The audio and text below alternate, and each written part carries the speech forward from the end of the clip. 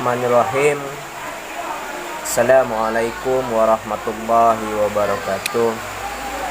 Illahi anta ma'sudi wa ridha kama tulubi atini mahabbatan wal ma'rifatan. Alhamdulillah. Wassalatu wassalamu ala rasulillah Sayyidina Muhammadin wa ala alihi wa sahbihi wa man wala. La hawla wa la quwwata illa billah. Amma ba'd. Qala Allah Ta'ala fil Qur'anil Karim. A'udzu billahi minasyaitonir rajim. Bismillahirrahmanirrahim. Yarfa'illahu alladhina amanu minkum walladzina utul ilma darajat wallahu bima ta'maluna khabir. Shadaqallahul azim. Para pemirsa Pandia RS TV dimanapun Anda berada, pada kesempatan yang berbahagia ini jumpa lagi bersama saya di channel Pandia RS TV. Seperti yang pernah saya janjikan sebelumnya, bahwa di tahun 2021 ini kita ada segmen baru di Pandia RS TV, yakni tentang filosofi hidup, mana kita akan berbicara tentang filsafat sebagai disiplin ilmu. Nah, untuk memulai segmen filosofi hidup ini, di video yang pertama ini kita akan bahas apa itu filsafat. Jadi filsafat itu kalau secara bahasa itu berasal dari bahasa Yunani, yakni filosofia. Jadi yang artinya itu cinta kebijaksanaan.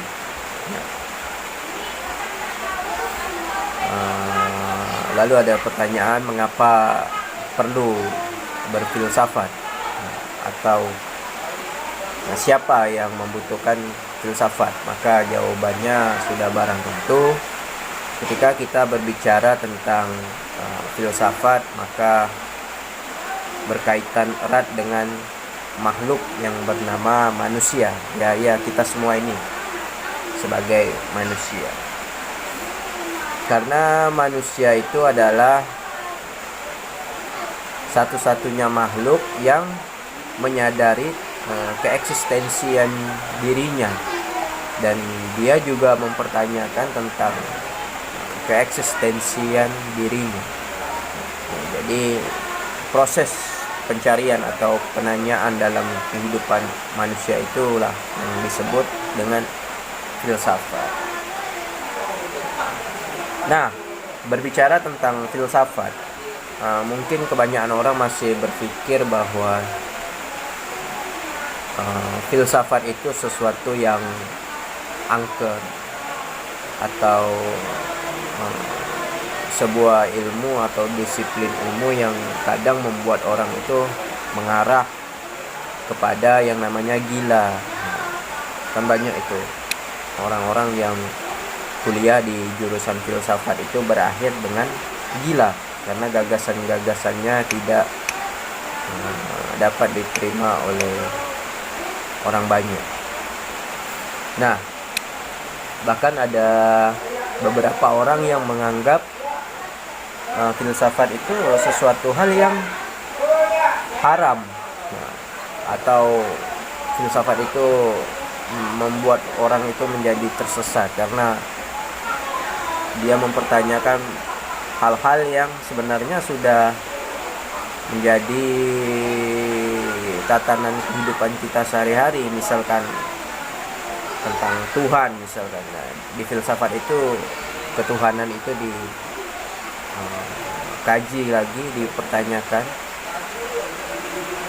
sehingga banyak orang yang beranggapan bahwa filsafat itu mengarahkan orang-orang pada kesesatan. Nah, namun ketika saya ganti misalkannya dengan berpikir secara benar, nah kemungkinan orang menolak kata-kata filsafat. Namun ketika kita ganti kata filsafat itu dengan berpikir secara benar, maka semua orang pasti setuju bahwa kita itu semuanya harus berpikir secara benar. Dan itulah sebenarnya fungsi filsafat, di mana filsafat itu membuat orang itu berpikir secara benar, tidak mudah terprovokasi dengan informasi-informasi yang dia terima atau pengetahuan-pengetahuan yang baru yang diterima oleh orang-orang. Dengan filsafat kita mempertanyakan informasi-informasi tersebut, kemudian pengetahuan-pengetahuan tersebut kita kaji kembali dalam metodologi filsafat. Nah, jadi pertanyaannya tadi kan, siapa yang membutuhkan filsafat? Ya tentu secara harfiah ya umat manusia, karena ada pepatah Arab itu menyebutkan al-insanu hayawanu natik. Jadi manusia itu adalah hewan yang berpikir. Ketika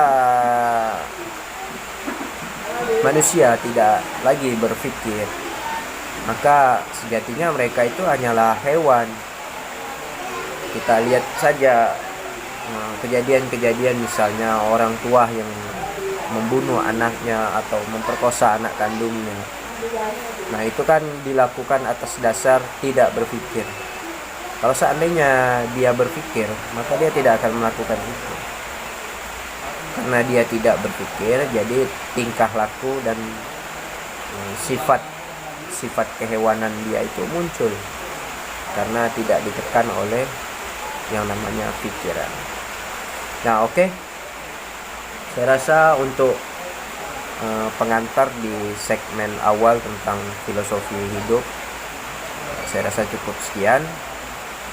Sudah sangat jelas bahwa filsafat itu sebenarnya sangat kita butuhkan dalam kehidupan sehari-hari, karena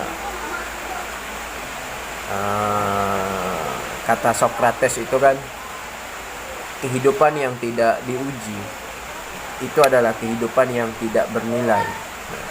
Jadi apapun yang ada di dalam hidupmu itu ujilah, sehingga hidupmu itu lebih bernilai dan berguna bagi masyarakat seluruhnya. Oke, saya rasa cukup sekian. Kurang lebihnya saya mohon maaf. Akhirul kalam, wabillahi taufik wal hidayah. Wassalamualaikum warahmatullahi wabarakatuh. Kita jumpa lagi di segmen video-video selanjutnya. Terima kasih.